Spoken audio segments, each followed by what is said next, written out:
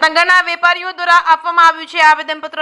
રોડના કારણે દુકાનોની જગ્યાએ નુકસાન થતા આપવામાં આવ્યું છે આવેદનપત્ર. દુકાનોની જગ્યાએ કપાત થતી હોવાથી આપવામાં આવ્યું છે આવેદનપત્ર.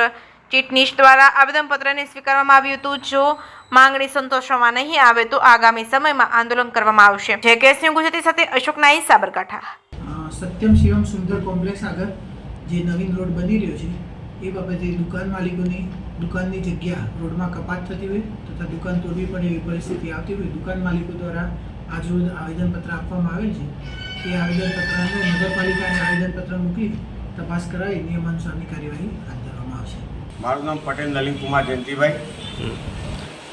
શું કહેશો, આજે આપ આવેદનપત્ર આપવામાં આવે છે, શું કારણ છે અને કઈ બાબતે આવેદનપત્ર આપવા આવ્યા છો? અત્યારે હાલ જે પોલિટેકનિકલ કોલેજ અને નવી સિવિલના રોડ ઉપર જે રસ્તો બની રહ્યો છે એ રસ્તાની અંદર એક તરફી વધારે દબાણ કરવામાં આવેલું છે અને બીજી તરફથી ઓછું એ કરવામાં આવ્યું છે. તો અમારી એક રજૂઆત છે કે રોડના સેન્ટરમાંથી બંને બાજુ સરખો રોડ બને, બરાબર, એના માટે અમે બધા ભેગા થયા છે. શું કહેશો, કદાચ તમારી માંગ સંતોષવામાં નહીં આવે તો એના માટે ઉગ્ર આંદોલન થશે.